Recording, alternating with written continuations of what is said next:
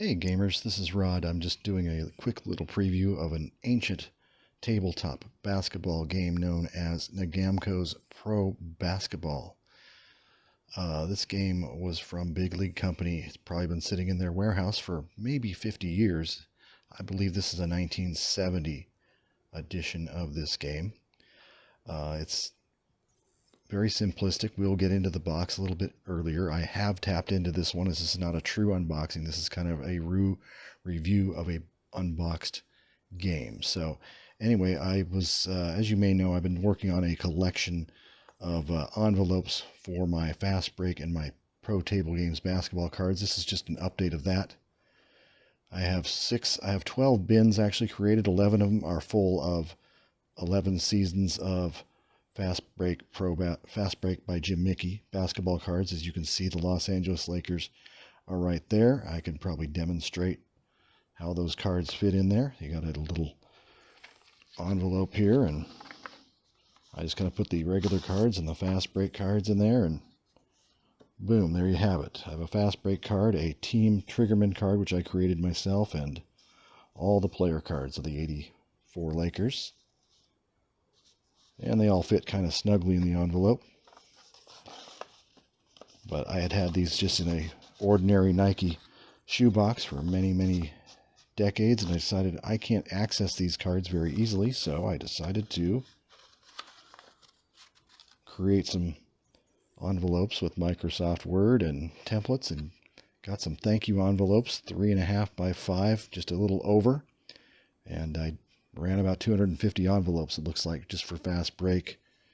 And of course, another 13 seasons for PTG Basketball. There's Baylor and West, but these little envelopes I got on Amazon fit the cards just nicely.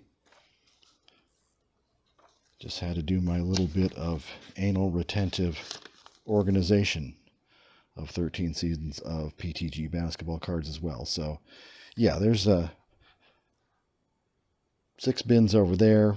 I'm using about 5 bins to hold up my tablet while I film this, so it was a mad rush last week, just pumping out envelopes, putting season cards in envelopes. It was a neat way to review all the cards and come up with some ideas for some future games that I want to play of pro basketball, ABA, NBA.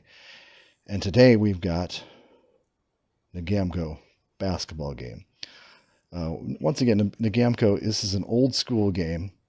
I did review the instructions. It looks like this. It's not very big. You can tell it's like 7 or 8 pages here in very fine type. And what you're going to do is basically gather up a lineup for each team and stack the cards, which we will take a look at in a moment, on top of each other, of all things, and you play a game. And I will show you the instrument used primarily to play the game in just a second here. But that was cool to have an Negamco original instructions. This one shows rule changes for 1970. The timing mechanism is scoring a number of points per quarter between the teams. Say you set 60 points or whatever it is for each quarter, and you go up to that total amount. The first team to hit the 60th point, that's the end of the quarter. So that's another timing mechanism that was used in lieu of an actual time clock. So I'll have to see how that works. I've heard multiple things about this game. But anyway, here is the game box itself. This is the most exciting part to me half the time. And you can see it says play Negamco because it's advertising itself very well here. It's not only new, but it's exciting. And that pretty much sells the game in itself.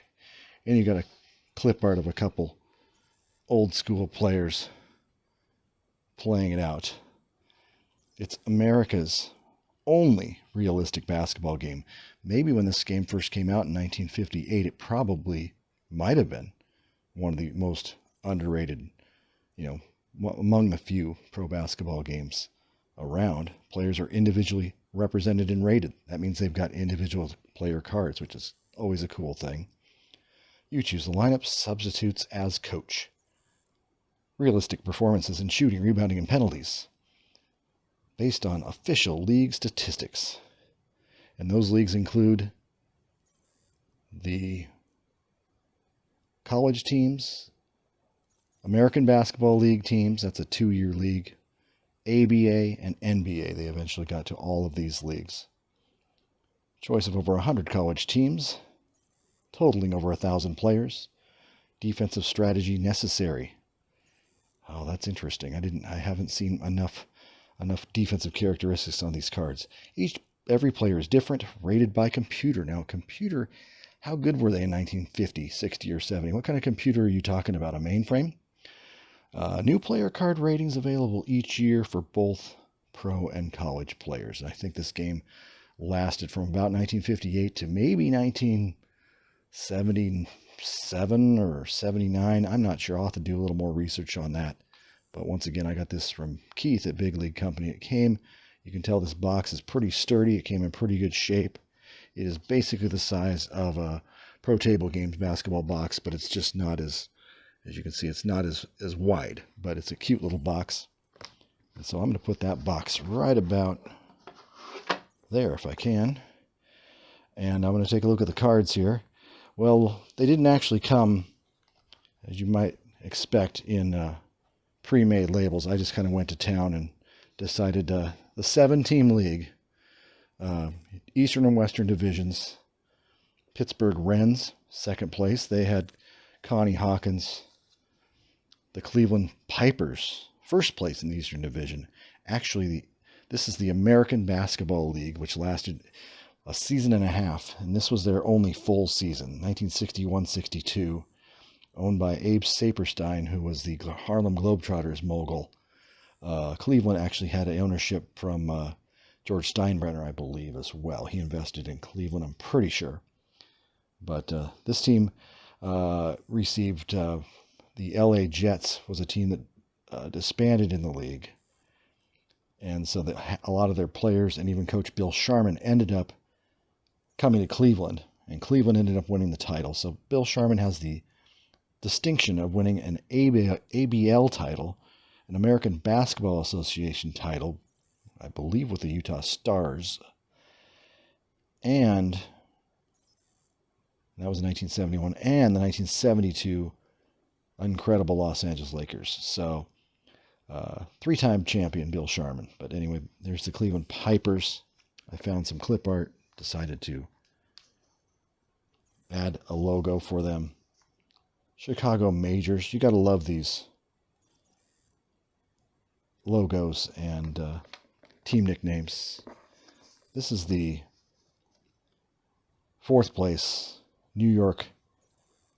Well, they were in Washington, D.C., but they became the New York Tapers by the end of the season. So they're already moving teams in the one season, in their first season.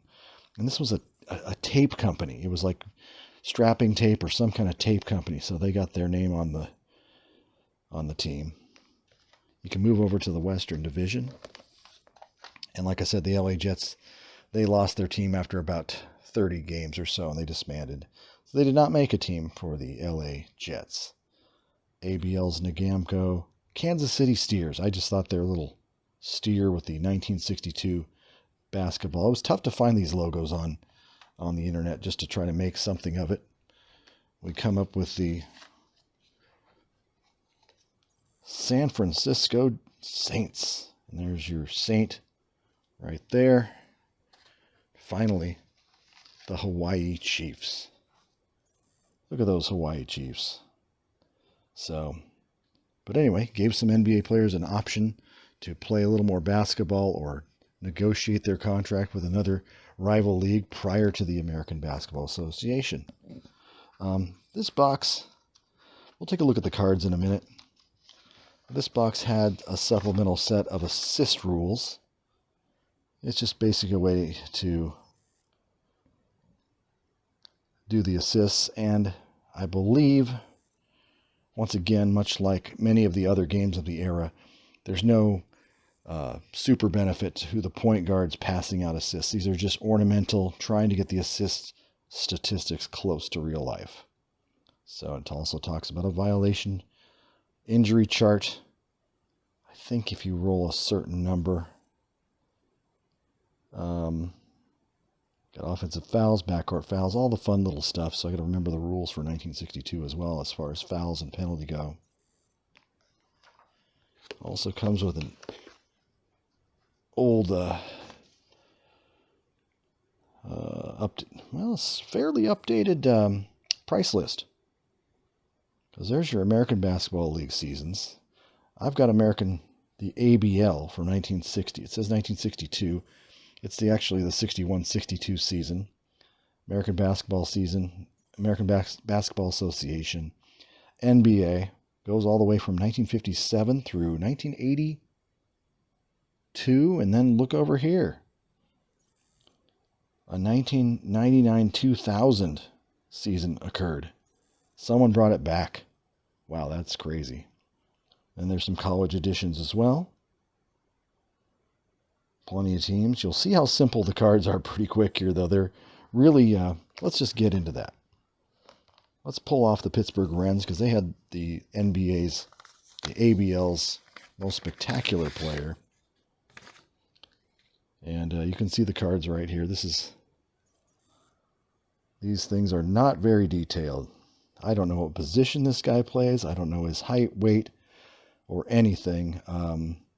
Walt Mangum. There's the Hawk. The ABL was also the first league with the three-point shot. So you see three-point field goal attempts here. I think you have to call them on the fly as you're playing the game. I am not positive on this. I'll have to learn the rules and a little better and play a game of this and see how it works out. Phil Rollins. A couple of these are familiar NBA names of the area. I know Hal Lear played a little NBA ball too. Of course, you got to have a Skeeter on your team. Skeeter Sullins. Good old Skeeter. And Charlie Curtis. So you got a 10-man rosters. Very simple cards. I believe these cards are original. I think these cards are possibly 60 years old. They look like new. Because this game was alive back in 1962. It started in 1958. And Jim McCoy kind of rounds out the team. But anyway, I just wanted to indicate I have a reference book I picked up from another tabletop basketball board game member. And it is the American Basketball League. It's kind of a compilation of the 2 seasons of the league. Whereas it not only shows the zones for the regular shot, the 2-point zone and 3-point zones. It's a 25-foot three-pointer. This is just a copy of another original, but talks about the Olympic-sized key, the 3-point shot, 4 12-minute quarters, a 30-second shot clock, differing from the 24-second shot clock. But anyway, there's a game log of all the season games. So this is a really helpful manual. It eventually gets into the teams. So like you see here, Chicago Majors personnel roster. So I can match up some heights and weights, create some positions for some of these players while I'm playing the game, so I'm not totally in the dark. And there's some offensive stats for each team. They've got guys like Tony Jackson. So anyway, that'll be a great reference tool to complete some gameplay. Anyway, we've also got a score sheet. Score sheet designed for time clock movement. I think they probably changed their time clock issues because you can make, as far as points score, you can add that up manually if you're going to go by points, but maybe you can go by, it says 50 shots per quarter on this sheet. Maybe this sheet does not totally correspond with this game, but got a couple score sheets.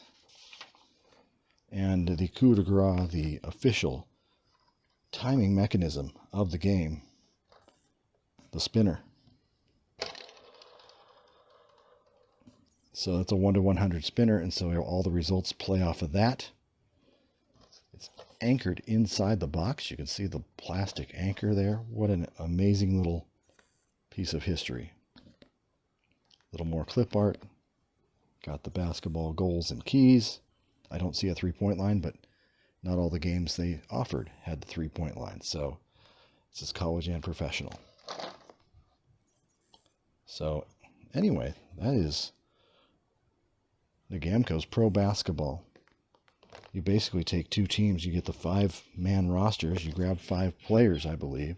Your best 5. They say put the leading scorer on top and the top rebounders below. I mean, that's kind of strange because Connie Hawkins probably led the team in both rebounds and scoring. And then you just face off against the other player for scoring, rebounds, fouls, utilizing the spinner frequently from what I hear. So should be an interesting game. I hear it's quite playable. It's not necessarily super accurate, but for the time, it was America's only realistic basketball game. So anyway, just going to give you that little preview. Hopefully I can get a gameplay in later.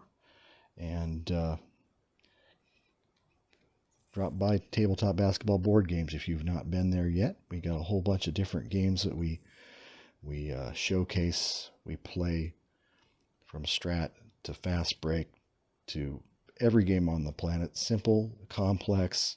I would guess this Negamco's Pro Basketball would be one of your more laid back, easy to play games. Not a lot of strategy necessarily, just a lot of fun. So anyway, we'll catch up with you later. Have a good afternoon. From Tabletop Central, I am signing out.